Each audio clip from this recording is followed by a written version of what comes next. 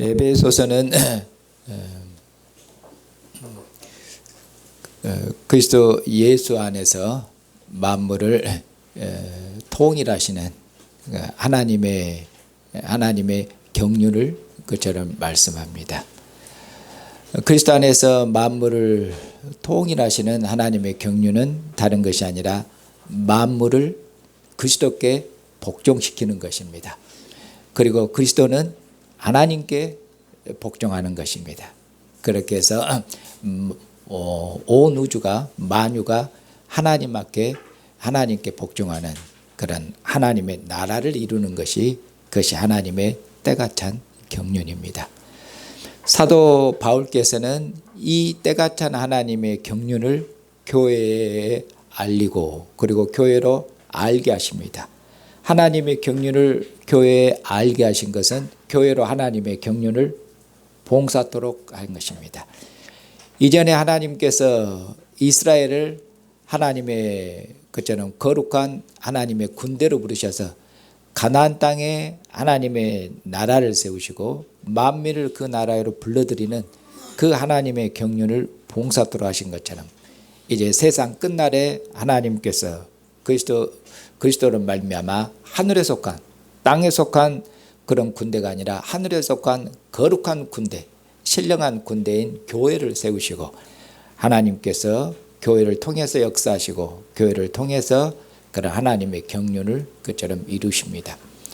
교회는 이 하나님의 경륜을 이루시기 위해서 그처럼 하나님의 전신갑주를 입고 무장해야 됩니다.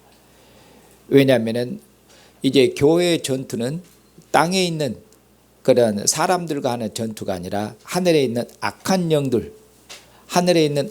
영들과의 싸움을 통해서 그처럼 하나님의 경륜을 봉사로 부름받기 때문에 하나님의 전신갑주를 입고 하늘에 있는 악한 영들과의 싸움을 통해서 그처럼 하나님의 경륜을 이루어야 되기 때문에 그처럼 하나님의 능력 있는 하나님의 능력 있고 하나님의 그처럼 강한 그처럼 군병이 되어서 하나님의 경륜을 힘있게 봉사하도록 사도 바울께서 그처럼 교회에게 전투를 명령하시고 그리고 전투를 그게 독려하십니다. 그것이 바로 에베소서입니다. 오늘 말씀은 사도 바울께서 그리스도를 경외함으로 피차 서로 복종하라고 그렇게 말씀하고 있습니다. 그리스도를 경외하기 때문에 그리스도께 서로 복종하라는 그런 말씀입니다. 다시 말해서 그리스도를 경외함으로 복종하라 그렇게 말씀하시고 나서 그 다음에 아내들은 이렇게 하고 남편들은 이렇게 하고 또 자녀들은 이렇게 하고 아비들은 이렇게 하고 이렇게 할 것을 사도께서 명령하십니다. 사도님의 명령은 사도님은 그리스도의 대리자이기 때문에 그것은 그리스도의 주 대신 그리스도의 명령이십니다. 그래서 그리스도를 경외함으로 가정을 어떻게 경영할 것인지 그리스도를 경외함으로 가정을 어떻게 경영할 것인지 그것을 교훈하시고 또 그렇게 그리스도를 경외하는 믿음으로 가정을 경영할 것을 그렇게 또한 명령하시는 말씀이 오늘 본문 말씀이십니다. 그리스도를 경외하는 믿음으로 가정을 경영하는 것이 곧 그것이 뭡니까? 그것이 조금 위에서 사도께서 말씀하시기를 성령으로 충만해라. 술로 취하지 말고 술을 취한 것은 방탕한 것이고 그것은 이방인들의 삶이에요. 하나님을 모르는 그저는 방탕한 삶, 이방인들의 삶입니다. 이제 주님께 속한 주님의 백성들은 성령으로 충만해져야 됩니다. 그러면 성령으로 충만한 삶이 무엇인가? 성령으로 충만한 삶이 곧 가정을 믿음으로 경영하는 그것이 방탕한 술로 취한 삶이 아니라 그것이 아니라 가정을 믿음으로 경영하는 것, 그것이 곧 성령으로 충만한 삶입니다. 그러니까 성령으로 충만해지지 않고는 가정을 믿음으로 경영할 수가 없다는 것입니다. 그리고 성령으로 충만한 삶을 그 위에서 또 뭐라고 말씀하냐면, 너희들은 어리석은 자가 되지 말고 주님의 뜻, 하나님의 뜻을 이해하는 자가 되라. 어리석은 자가 되지 말고 지혜로운 자가 돼야 되겠는데, 지혜로운 자는 누굽니까? 하나님의 뜻, 주님의 뜻을 이해하는 자가 곧 그것이 지혜로운 자며, 그 지혜로운 자가 성령으로 충만한 자며, 성령으로 충만한 자가 곧 믿음으로 가정을 경영하는 자입니다. 믿음으로 가정을 경영한 자가 그가 곧 지혜로운 자입니다. 그가 곧 주님의 뜻을 이해한 자입니다. 이것은 오직 교회만 할 수 있고 세상은 할 수 없습니다. 왜냐하면 주님의 뜻을 이해하라 그렇게 말씀드려요. 누가 주님의 뜻을 이해합니까? 세상은 주님의 뜻을 모릅니다. 왜 세상은 주님의 뜻을 모릅니까? 왜냐하면 세상은 하나님에 대해서 죄와 허물로 죽은 자들이며, 그들은 어둠의 권세 아래 있고 이 세상 임금, 공중의 권세 잡은 자를 따라서 육체의 정욕을 따라 살고 이 세상 풍속을 따라, 이 세상 가치관을 따라 삽니다. 하나님에 대해서는 죽은 자들이고 지혜와 총명이 어두워져서 하나님이 아니라 우상을 섬기는 자들입니다. 그러니 세상이 어떻게 주님의 뜻을 알겠습니까? 그들의 지혜와 총명이 어리석게 되어서 우상을 섬기는데, 그렇기 때문에 주님의 뜻을 모릅니다. 세상은. 누가 압니까? 교회가 주님의 뜻을 압니다. 교회만. 그런 의미로 교회만 지혜로운 삶을 살 수가 있습니다. 그러면 주님의 뜻은 무엇입니까? 하나님의 뜻을 이해하라고 말씀하겠는데, 하나님의 뜻은 다른 것이 아니라 에베소서는 그리스도 예수 안에서 만물을 통일하시는 하나님의 경륜, 하나님의 계획, 그것이 하나님의 뜻입니다. 교회는 이 하나님의 경륜을 알고, 교회는 이 하나님의 경륜을 봉사해야 됩니다. 이 하나님의 경륜을 봉사하기 위해서 성령으로 충만해야 되고, 그렇게 말씀합니다. 그리고 성령으로 충만해져서 그처럼 가정을 믿음으로 그처럼 경영해야 됩니다. 가정을 믿음으로 경영하는 것이 곧 그것이 뭡니까? 신령한 전투를 수행하는 것이고, 하늘에 있는 악한 영들과 싸우는 것이며, 곧 그리스도 안에서 만물을 통일하시고 그리스도 안에서 만민을 그처럼 하나님의 만국을 하나님의 나라로 만드시는 그 하나님의 경륜을 봉사하는 것이라고 그렇게 말씀하고 있는 것입니다. 사도께서 가정에 대해서 그처럼 교훈하시고 길게 명령하시는데, 왜 가정에 대해서 이처럼 길게 교훈하시냐면은 가정이 그만큼 중요하기 때문에 사도께서 길게 교훈하시는 것이에요. 그럼 가정이 왜 중요합니까? 왜냐하면은 하나님 나라의 토대, 하나님 나라의 기본 단위가 가정이기 때문에 그렇습니다. 하나님 나라의 토대가 가정이기 때문에 가정이 무너지면은, 토대가 무너지면은 붕괴되는 것이죠. 그렇기 때문에 하나님 나라의 토대가 가정이기 때문에 가정이 붕괴되면은 하나님 나라가 무너지는 것입니다. 그러므로 신령한 전투의 그 중심, 신령한 전투의 핵심, 그것은 바로 가정에 있습니다. 그런 의미로 이처럼 하나님의 신령한 전투에 있어서, 하나님의 경륜을 이루는 일에 있어서 가정이 얼마큼 중요한지를 우리가 새롭게 인식하고, 그리고 우리의 지식도 새롭게 하고, 그렇게 해서 우리 가정을 그처럼 믿음으로 경영해서 하나님의 경륜을 능력 있게 힘 있게 봉사하는 그런 신령한 가정을 이루시기를 주님의 이름으로 축복합니다. 그리스도를 경외함으로 가정을 믿음으로 경영할 것을 말씀하시는데, 그럼 믿음으로 가정을 경영한다는 것은 어떻게 하는 것이 그러면 믿음으로 가정을 경영하는 것입니까?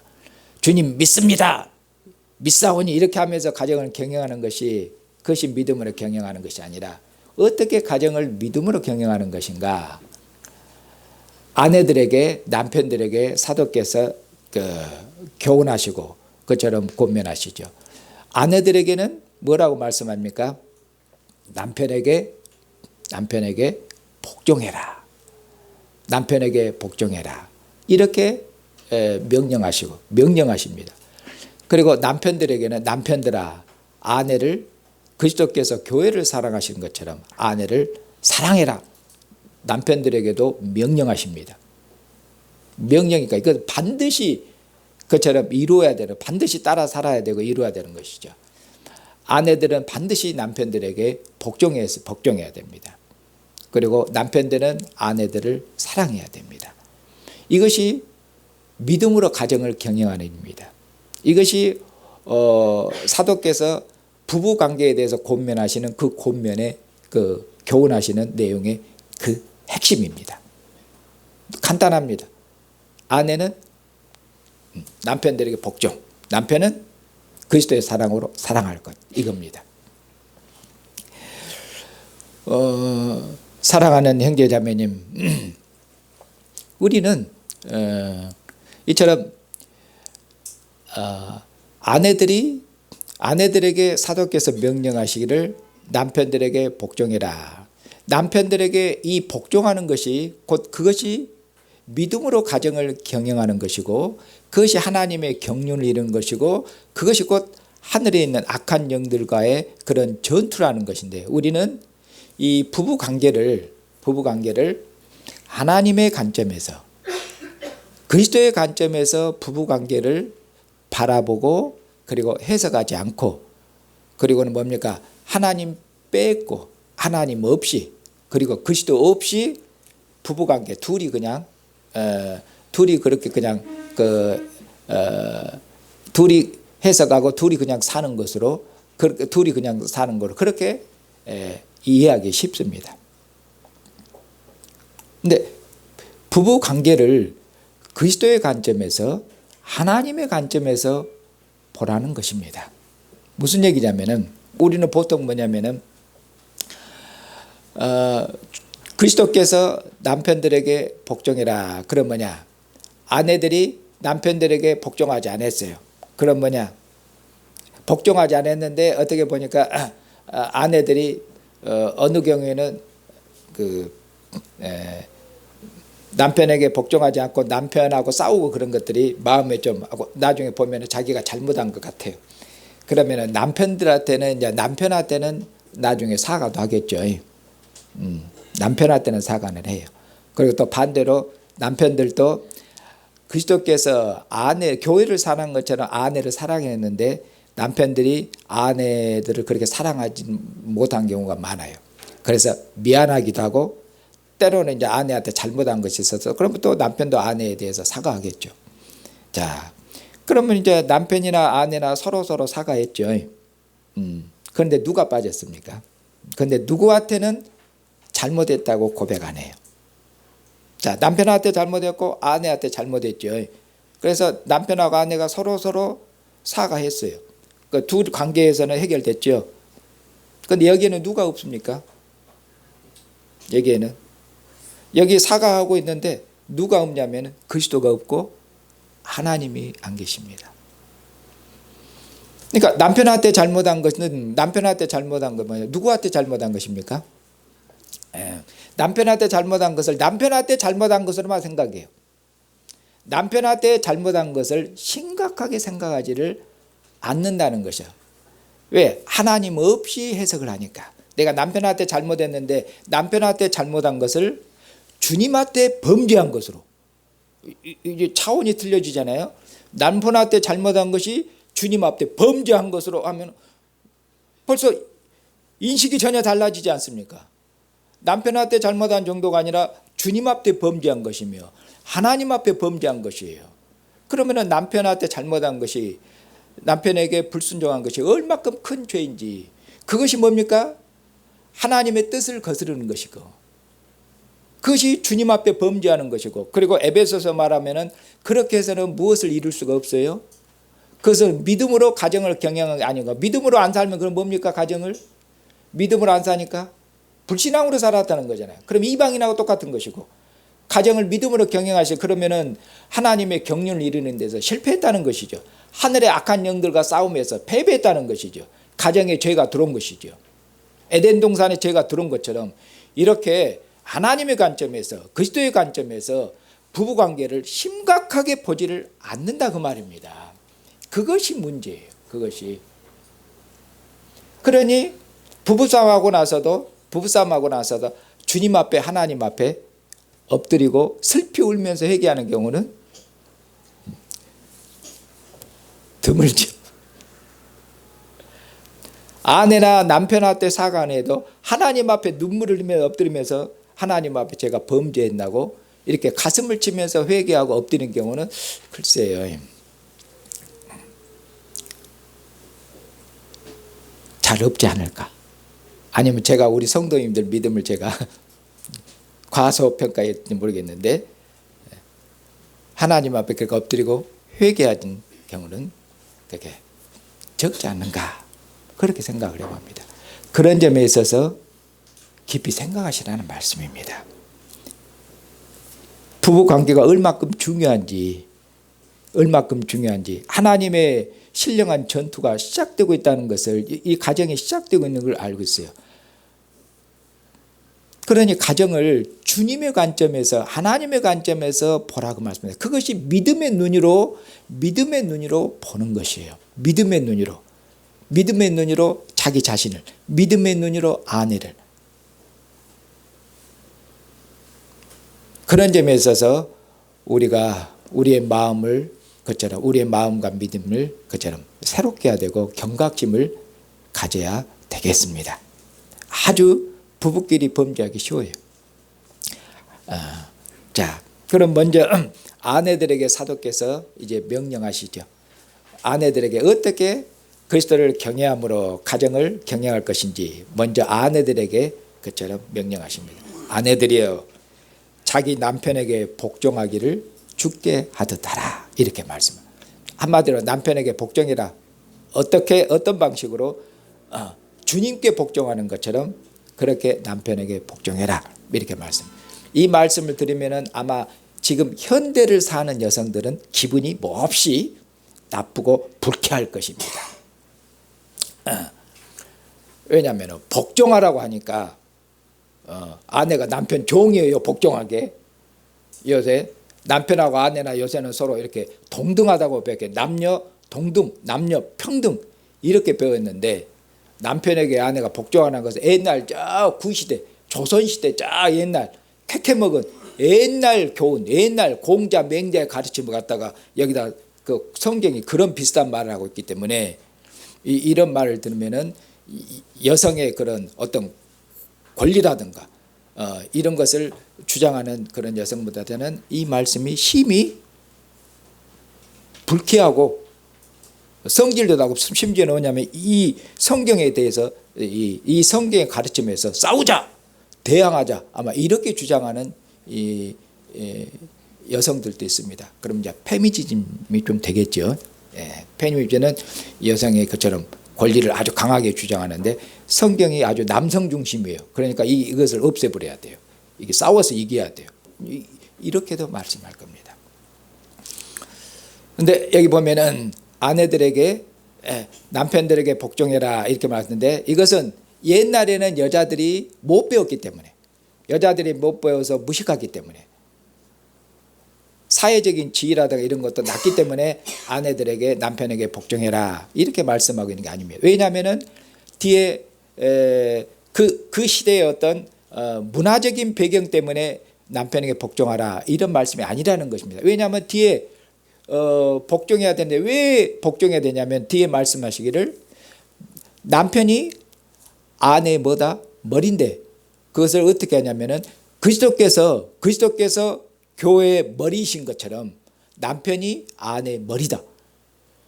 그러면 그리스도께서 교회의 머리됨이 시대적인 상황에 따라서 문화적인 상황에 따라서 변합니까? 변하지 않죠. 그리스도와 교회의 관계로 부부관계를 권면하기 때문에 이것은 시대적으로 제약되거나 문화적으로 제약되지를 않습니다. 그렇기 때문에 이처럼 아내들에게 남편들에게 복종하라는 이 말씀을 어떤 시대적인 상황이나 문화적인 상황이나 그런 사회적인 상황이나 그런 것으로 읽어 들어가서 이 말씀을 옛날에 국한된 말씀으로 이렇게 제한해서는 안 됩니다. 이것은 지금 이 시대에도 동일하게 적용되는 말씀입니다. 이제 아내된 자매들에게 그처럼 다시 말씀을 드립니다. 남편에게 복종하라고 그렇게 말씀하십니다. 주님께서. 그러면 남편들에게 왜 복종해야 됩니까? 왜? 남편들에게 복종하라는 말씀은 이것은 남자가 여자들보다 머리가 좋거나 능력이 뛰어나거나 IQ가 좋거나 남자가 여성보다 더 우월하고 여자는 남자보다 더 열등하기 때문에 여자들은 남편들에게 아내들은 남편들에게 복종하라고 그렇게 말씀하는 것이 아닙니다. 여성들이 남자들에 대해서 결단코 IQ가 떨어지지 않습니다. 능력이 부족한가? 그렇지 않습니다. 지혜가 부족한가? 그렇지 않습니다. 요새 보면은 판사도 합격한 거 보면은 요새는 여성들이 더 많이 판사에도 더 여성들이 더 많이 임용되고 그런다고 제가 인터넷이나 신문을 보면 그렇습니다. 그러니까 여성들이 남자보다 더 열등한 그런 건 존재가 아니에요. 아닙니다. 그러니까 이것은 여성들에게 아내들에게 남편에게 복종하는 것은 IQ나 능력에 대한 문제가 아닙니다. 지혜에 대한 문제가 아니에요. 그러면 지혜라든가 능력이 떨어지지 않는데 아내들이 여성들이 왜 남편에게 복종하느냐? 그러니까 하나님 그것은 다른 것이 아니라 뭐냐면은 하나님께서 남편을 아내의 머리로 세우신 하나님께서 세우신 질서 때문에 그렇습니다. 하나님이 세우신 질서 때문에 그래요. 하나님께서 남편을 아내의 머리로 세웠다 그 말입니다. 하나님께서 남편을 아내의 머리로 세운 하나님이 세우신 질서예요. 질서. 남편이 머리입니다. 아내는 몸이고 남편이 머리이기 때문에 하나님이 머리로 세웠기 때문에 하나님이 세우신 이 질서 때문에 아내들은 남편에게 복종하는 것입니다. 능력이 떨어져서가 아니라 열등해서가 아니라. 그리고 하나님께서 세우신 질서에 이것이 머무르는 것이 어쩝니까? 이 하나님이 세우신 질서를 받아들이고 하나님이 세우신 질서에 순종하는 것, 하나님이 세우신 질서에 복종하는 그것이 뭡니까? 그것이 믿음 아닙니까? 하나님이 세우신 질서에 순종하는 것이 그것이 믿음이에요. 하나님이 세우신 질서를 거스리는 것이 그것이 뭡니까? 하나님이 세우신 질서를 거스르는 것은 하나님이 세우신 질서 그것이 법인데 그것을 하나님을 대항하는 것인데 그것은 사망입니다. 그러니 하나님이 세우신 질서를 받아들이는 것이 그것이 곧 믿음이며 하나님이 세우신 질서에 순종하는 것이 그것이 뭡니까? 그것이 지혜에 있는 거예요. 그것이 지혜로운 여인이에요. 그것이 지혜로운 여인이고 현숙한 여인이에요. 그것이 믿음 있는 여인이에요. 그것이 똑똑한 여인이에요. 하나님이 세우신 질서를 생명으로 알고 순종하는 것이 그것이 지혜롭고 똑똑한 여인이에요. 하나님이 세우신 질서를 거스리는 것이 사망이며 그것이 죄가 들어오고 악이 역사하는 방식이에요.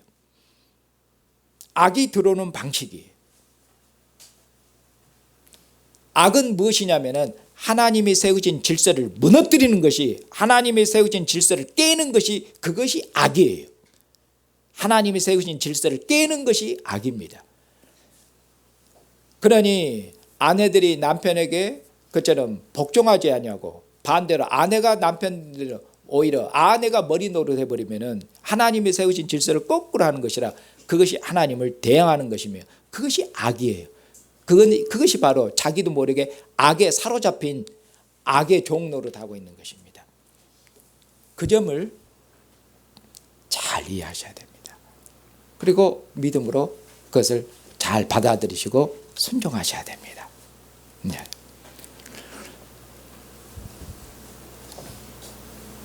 그리고 남편의 머리됨이 뒤에서 말씀하시기를 그리스도께서 교회의 머리됨인 것처럼 그리스도께서 교회의 머리시죠.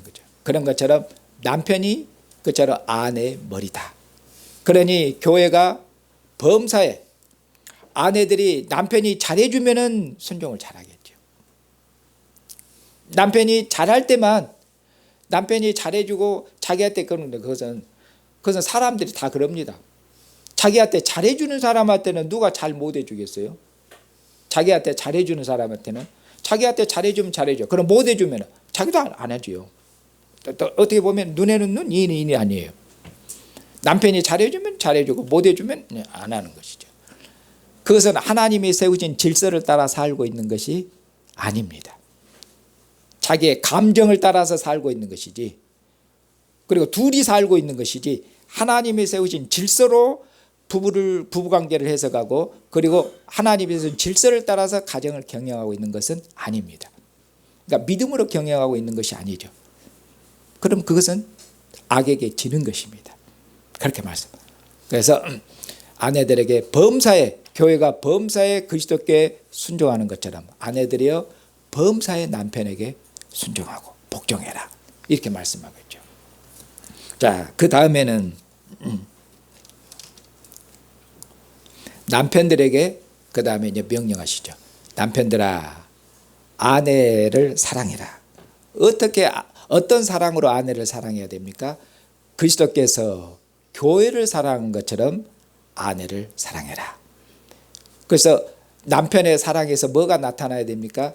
그리스도의 사랑이 나타나도록, 아내를 사랑하면 그리스도의 사랑이 나타나도록 그처럼 아내를 사랑해라, 이렇게 말씀하고 있습니다. 우리는 아내를 사랑하라고 그러는데, 아내가 사랑할 만하니까 사랑하라고 그렇게 말씀하고 있질 않아요. 아내가 남편에게 잘하니까 사랑하라고 그렇게 말씀하지 않습니다. 또 남편들이 또 심지어는 성경에 있는 말씀까지 인용하면서 여기 남편에게 복종하라고 했는데, 남편들이 되게 이제 목사님이 또 우리 성경이 보니까 남편들의 당신은 왜 내가 말하는데 복종 안 해? 심지어는 성경에 있는 말씀을 갖다 써먹어요. 자기한테 복종하라고. 그건 복종하라는 것이죠. 그런데 그러면 아내도 할 말이 있죠. 남편에게 복종하면, 당신은 왜 그리스도께서 교회를 사랑한 것처럼 나를 사랑 안 해? 똑같아요. 그럼 그건 반론이죠. 자, 사랑하는 형제 자매님, 자, 주님께서 남편을 머리로 세웠지 않냐? 그러니 당신은 나에게 순종하고 복종해야 되지. 이렇게 복종을 강요해서는 안 됩니다. 언제 그리스도께서 우리에게 복종을 그냥 강요하셨습니까? 무릎 꿇기 싫은데 그리스도께서 우리 무릎을 갖다가 주님께서 그 힘으로, 권세로 우리가 무릎 꿇기 싫은데 그냥 무릎을 저절로 꿇게 만드셨어요? 힘으로 우리를 무릎 꿇으셨어요, 주님께서? 남편들이 보통 힘이 셉니다. 남자들이 힘이 세죠. 아내들이 순종 안 하고 복종 안 하니까 남편들이 힘으로 아내를 제압하라고 그랬습니까, 주님께서? 힘으로, 말의 힘으로, 언어적인 폭력으로, 물리적인 폭력만이 폭력이 아니라 언어적인 폭력으로 아내에게 폭력을 행사해서 그처럼 남편에게 복종하라고 주님께서 그렇게 가르쳤습니까? 주님께서 그렇게 말씀하신 적이 없지요. 아내가 설령 남편에게 불순종하고 남편에게 대항하더라도 어떻게 해야 됩니까? 우리를 생각해 보면 않습니까? 교회가 주님께 불순종하고 때로는 믿음으로 살지 못하니까 주님께서 강제적으로 주님께서 그냥 교회를 갖다가 무릎 꿇리고 순종하고 복종하게 만드신 게 아니잖아요. 끊임없이 주님께서 교회에게 주님의 사랑을 말씀하시고, 교회의 모든 부족함에도 주님의 사랑을 공급하시고, 주님께서 때로는 우리의 어리석음과 그런 것에도 불구하고 주님께서 우리에게 가르치시고 주님께서 우리의 모든 허물과 부족함을 주님의 사랑으로 감싸시고 포용하시고 인내하시면서 그렇게 주님의 사랑으로 우리를 지도하시고 그리고 주님의 지혜로 우리를 가르치셔서 그렇게 해서 우리가 주님을 사랑해서 자원하는 마음으로 주님께 순종하고 복종하도록 그렇게 하시지. 주님께서 주님께서 주님의 힘으로 우리를 제압하셔서 우리를 복종케 하신 적이 없죠. 있습니까?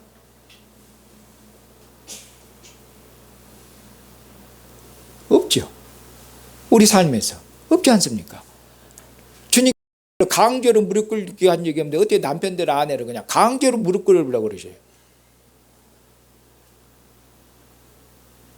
주님께서 남편들을 이렇게 강제로 주님께서 무릎 꿇고 복종케 하신 적이 없는데 주님의 지혜와 사랑과 인내와 온유함으로 끊임없이 그렇게 해서 우리가 주님을 사랑함으로 복종케 하시는데 왜 남편들이 아내에 대해서 그렇게 물리적인 언어적인 힘과 폭력을 행사해서 남편한테 순종하고 복종해서 남편을 따라오도록 그렇게 하면 되겠습니까? 말도 안 되는 얘기죠. 그것이 악입니다. 그 믿음으로 가정을 경영하는 게 아니라 믿음으로 한 게 아니라 그건 악에게 진 것이죠. 가정을 믿음으로 경영하는 것이 무엇인지 남편들이 깊이 생각하지 않는 것이죠. 그리스도께서 아내를 사랑하는 것처럼 아내를 사랑해라 이렇게 말. 그럼 그리스도께서 교회를 어떻게 사랑하셨습니까? 우리는 하나님 앞에 부정한 자들이었습니다. 뒤에 말씀합니다. 우리는 하나님 앞에 죄와 허물로 죽은 자들이었어요. 공중의 권세 잡은 자를 따라서 산 자들이었어요. 하나님에 대해서 죽은 자와 같은 자들이에요. 우리는 하나님 앞에 추하고 부정하고 더러운 자들이었어요. 그런데 주님께서 우리를 어떻게 하니까? 주님께서 우리의 신랑이신데 신부가 더러워요. 그래서 우리의 신랑 되신 주님께서 자기의 피로 자기의 생명을 주셔서 자기의 피로 우리를 정결케 하셨어요. 주님의 사랑으로 우리를 정결케 하셨어요. 주님의 사랑으로 우리를 온전케 하셨어요. 주님의 사랑으로 우리를 깨끗게 하셨어요. 그렇게 해서 하나님 앞에 흠도 점도 없는 하나님의 백성으로 하나님의 자녀로 하나님 앞에서 흠도 점도 없는 그리스도의 신부가 되도록 주님께서 우리를 그렇게 하셨죠. 우리를 사랑하셔서 자신의 목숨까지도 자신의 몸까지도 모든 것을 그처럼 교회를 위해서 그리스도의 신부된 교회를 위해서 그처럼 주셨어요. 그리스도께서 교회를 사랑하신 그 사랑으로 아내를 그처럼 사랑하는지 아내의 모든 허물과 그처럼 부족함, 연약함 이런 모든 것들을 그리스도의 사랑으로 감싸고 그리고 그리스도께서 우리를 이처럼 그의 사랑으로 우리를 정결케 하시면 그리스도께서 그처럼 십자가에 죽기까지 충성하셔서 그리스도께서 하나님 보좌편에 앉으셨습니다. 그분은 만왕의 왕이요 만주의 주가 되시는 아버지로부터 영광을 얻으셨습니다. 그런데 우리의 신랑 되신 그리스도께서 얻으신 그 영광을 누가 함께 누리도록 하셨습니까? 교회가 함께 누리도록 그리스도께서 충성하셔서 얻으신 그 영광을 교회가 함께 누리도록 그리스도의 영광을 교회에게 주셨습니다. 그렇게 해서 우리가 그리스도와 함께 어디에 앉았습니까? 교회가 그리스도와 함께 하늘에 앉았다고 말씀하셨습니다. 우리는 그리스도와 함께 교회의 머리 되신 분, 교회의 신랑 되신 그리스도와 함께 죽은 자 가운데 살림을 받고 그리스도와 함께 그처럼 하늘에 앉았어요. 하늘에 앉아서 그리스도와 함께 왕 노릇하고 그리스도와 함께 제사장 노릇합니다. 이것이 그리스도께서 그의 신부된 교회에게 주신 영광이에요. 영광이에요. 그리고 지금도 우리가 주님 앞에 온전치 못하고 때로는 주님 앞에 온전한 믿음으로 서고 살지를 못했어도 주님께서 끊임없이 우리 안에서 주님의 사랑으로 말씀하시며 너는 내 사랑하는 신부요 그렇게 말씀하면서 주님께서 너의 신랑이며 이렇게 말씀해요. 주님께서 주님의 끊임없는 사랑으로 우리를 사랑을 일깨우셔서 주님의 사랑으로 우리가 흠도 점도 없는 그런 신부가 될 수 있도록 그렇게 우리의 사랑을 일깨우셔서 그렇게 하나님 앞에 온전한 백성으로 주님의 거룩하고 순결한 신부로 살아갈 수 있도록 그렇게 하시죠. 우리의 모든 허물과 연약함과 부족함에 불구하고 그런 것처럼 그리스도의 사랑으로 그리스도의 인내로 그처럼 아내들의 모든 부족과 허물을 감싸고 인내하고 아내를 위해서 기도하고, 그리고 남편이 수고해서 얻은 모든 영광을, 그리스도께서 모든 영광을 그의 아내에게 선물한 것처럼 남편이 수고해서 얻은 모든 영광을 아내에게 선물해서 아내가 함께 남편과 함께 그렇죠, 남편의 영광에 참여해서 남편의 영광을 함께 누릴 수 있도록. 그리스도는 하나님의 영광이고 교회는 교회는 그리스도의 몸이어서 교회가 그리스도의 영광입니다. 아내가 남편의 영광입니다. 아내는 남편의 몸입니다. 자기의 육체를 미워하는 자가 어디 있냐? 자기 몸을 미워하는 자가 없느냐? 자기 자신을 사랑하는지 자기를 미워하는 자가 어디 있냐? 남편과 아내는 하나입니다. 남편은 머리고 아내는 몸입니다. 아내를 사랑하는 것은 자기 자신을 사랑하는 것입니다. 그렇게 말씀하고 있죠. 그러면서 이처럼 남편이 그리스도의 사랑으로 아내를 사랑하고 아내는 교회가 그리스도께 복종하는 것처럼 남편에게 복종하는데 이것을 갖다가 비밀이라고 뒤에서 말씀하겠죠. 이것은 비밀이다. 비밀. 그리스도 예수 안에서 이제 나타난 큰 비밀이에요. 부부관계가 비밀이라 그 말씀이에요. 왜 부부관계가 비밀입니까? 세상은 이 비밀을 모릅니다. 교회만 처음 말씀드린 교회만 이 비밀을 알아요. 왜 그러면은 부부관계가 비밀입니까? 왜? 남편은 그리스도요, 아내는 교회예요. 이처럼 그리스도와 교회의 관계가 부부관계에 새겨져 있기 때문에 부부연합에 그리스도와 교회의 신비한 연합이 거기 있기 때문에 그리스도와 교회의 연합이 부부관계 부부연합에 있어요. 그러니 비밀이에요. 그러니 세상은 몰라요. 그러니 교회만 압니다. 그렇게 말씀하겠습니다. 그것을 창세기 2장에 있는 말씀을 인용하기죠.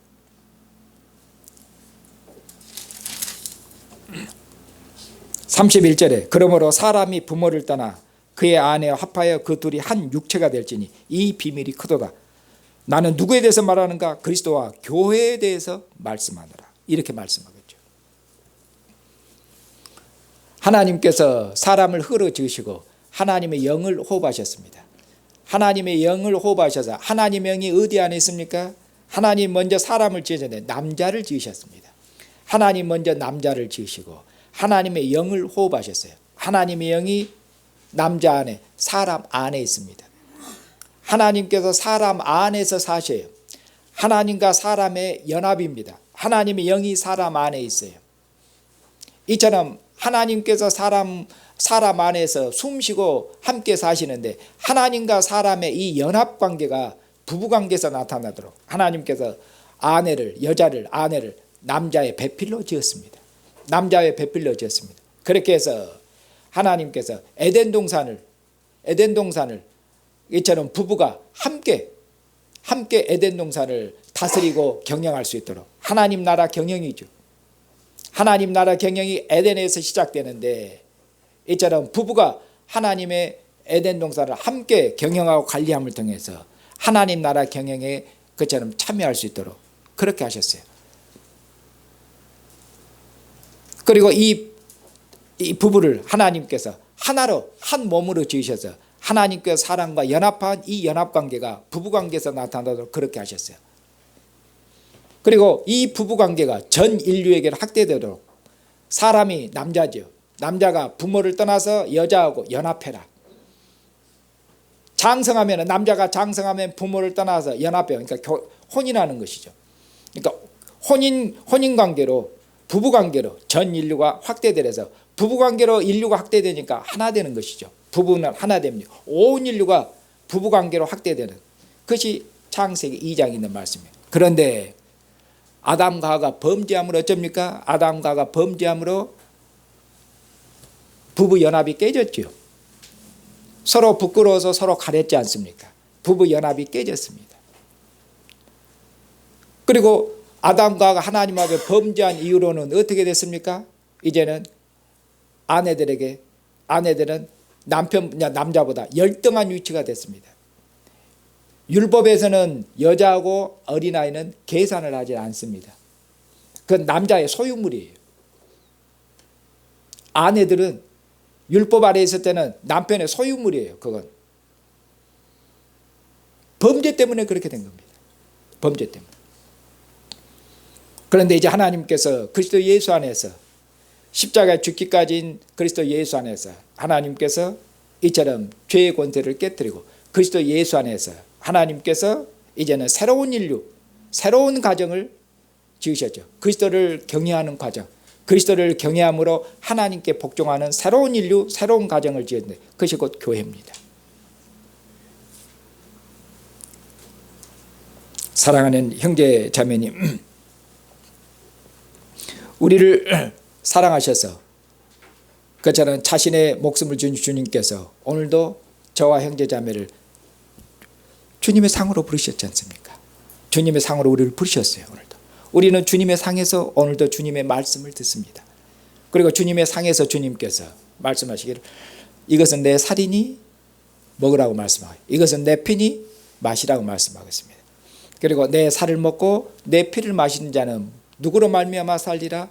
나로 말미암아 살리라. 우리로 주님의 상, 그러니까 우리의 신랑 되신 주님이십니다. 그리고 우리의 신랑 되신 주님이 만물의 머리십니다. 이분이 만왕의 왕이셔요. 우리의 신랑 되신 주님께서 오늘도 주님께서 주님의 상으로 우리를 부르셔서 주님의 살과 피로 먹이셔서 그렇게 해서 내 살을 먹고 내 피를 마시는 주님과 함께 먹고 마시는 신랑 되신 그리스도와 함께 먹고 마시는 이 생명의 교제, 이 사랑의 교제 가운데서 어떻게 이 사랑의 교제 가운데서 나를 먹고 마시는 자는 나로 말미암아 살리라. 신랑 되신 그리스도와 함께 먹고 마시는 이 사랑의 교제 가운데 생명 가운데서 신랑과 하나를 이루어서 어떻게 우리로 어떻게 살도록 주님으로 말미암아 살도록 신랑 되신 주님과 하나를 이루어서 아내가 남편과 하나가 이루어서 슬프거나 기쁘거나 눈이 오나 바람이 오나 비가 오나 함께 한 생명으로 사는 것처럼 그리스도와 함께 먹고 마시는 이 생명의 교제 사랑의 교제 가운데서 주님과 하나를 이루어서 살아도 누구를 위해서 살고 신랑 되신 주님을 위해서 살고 죽어도 신랑 되신 주님을 위해서 죽을 수 있도록 그렇게 말씀하십니다. 그렇게 우리를 주님의 사랑으로 우리를 일깨우십니다. 우리는 세상에 사나 결단코 우리는 세상에 속한 자가 아닙니다. 누굽니까? 우리는 세상에 있어도 세상에 속한 자가 아니라 우리는 그리스도에게 속한 우리는 그리스도의 몸입니다. 교회는 그리스도의 몸이며 우리는 그리스도 예수 안에서 하나님을 아버지로 보는 하늘에 속한 신령한 자녀들입니다. 그렇게 말씀하겠습니다. 주님과 함께 먹고 마시는 이 사랑의 교회 가운데서 주님께서 우리가 누구인지를 일깨우십니다. 너는 내 사랑하는 신부라고 말씀하겠습니다. 하나님 앞에 그리고 신랑 내 주님 앞에서 우리도 한 점 부끄럼 없이 흠도 점도 없는 순결하고 거룩한 신부가 되도록 주님께서 그렇게 우리를 일깨우십니다. 그러니 사랑하는 형제자매님, 세상에 나가셔도 우리는 세상에 속한 자가 아니라 누구로 살아야 되겠습니까? 그리스도의 신부로서 거룩한 신부로서 순결한 신부로 그렇게 살아야 됩니다. 하나님께 속한 거룩한 자녀로 살아야 됩니다. 그렇게 해야만 우리가 세상에 뭐가 될 수 있습니까? 그래야만 세상에 빛이 될 수가 있습니다. 더더구나 사랑하는 형제자매님, 지금 이 시대가 어느 시대입니까? 하나님이 세우신 모든 질서가 거의 다 지금은 무너지고 있는 시대입니다. 하나님이 세우신 질서가 지금은 다 무너지는 시대예요. 그런 의미로 종말이 가까웠다는 걸 더 알 수가 있습니다. 지금은 간음죄도 없습니다. 없지 않습니까? 간음죄가 없어요. 그냥 부부의 문제, 가정의 문제는 뭐냐? 그건 두 사람의 문제예요. 그건 사회적인 문제도 아니고 국가적인 문제도 아니에요. 그러니까 둘이 약속했는데 약속을 어겼으니까 한쪽이 피해를 준 거예요. 경제적으로 보상하면 되는 것이에요. 거기에 어떤 윤리적인 뭐나 그런 것 없어요. 그냥 약속을 좀 신실하지 못한 것뿐이에요. 사회적인, 국가적인 그런 것이 윤리가 사회 윤리, 국가 윤리가 없습니다. 지금은 없어요. 간음죄도 무너졌습니다. 동성애도 그렇습니다. 동성애도 정상이에요. 성적인 취향이 다를 뿐이에요. 하나님이 세우신 모든 질서가 무너지고 있습니다. 그런 의미로 가정이 붕괴되고 있지 않습니까? 가정이 해체되고 있지 않습니까? 온전한 부부, 온전한 가정이 지금 있습니까? 복이 없지 않습니까? 어렵지 않습니까? 하나님께서 그리스도 안에서 하나님께 복종하는 그리스도를 경외함으로 그리스도께 복종하는 신령한 가정, 하늘에 속한 거룩한 가정이 되게 하셨습니다. 이처럼 가정이 해체되고 모든 하나님이 세우신 질서가 무너지는 이런 어둠이 지배하는, 어둠이 그 정체를 드러내는 이런 가운데서도 하나님의 가정을 그리스도의 가정을 여러분들이 믿음으로 신실하게 지혜롭게 충성되게 가정을 경영함을 통해서 세상에 빛을 비추고, 그리고 교회를 통해서, 우리를 통해서, 그리고 어둠 가운데 있는 세상을 하나님의 자녀로 부르시는 이 하나님의 교권 경영을 신실하게 그렇게 충성되게 봉사하는 그런 주님의 신령한 군병들로 사시는 형제와 자매가 되시기를 주님의 이름으로 축복합니다.